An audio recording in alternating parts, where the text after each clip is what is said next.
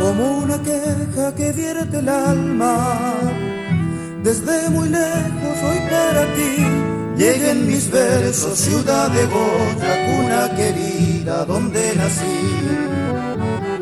Dejé mi tierra dulce y sentida y los amigos de la niñez, cuántos recuerdos en ti se encierran de lindas noches que en ti soñé. Desde mi sangre roja brillante mi amor en versos florecerá. Yo no te olvido, mi Goya hermosa, y en la distancia te quiero más. Porque en mi alma estás presente, cual piel y carne juntas están. Con esa fuerza siempre constante que en tierra unida se fundirá.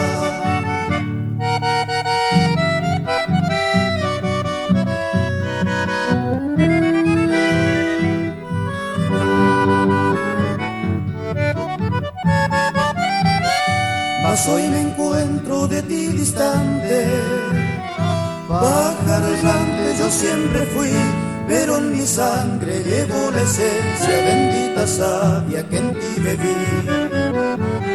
Te pido, Goya, guardes mi ausencia, que con el viento retornaré, con mis canciones seré presencia y con mis versos te cubriré.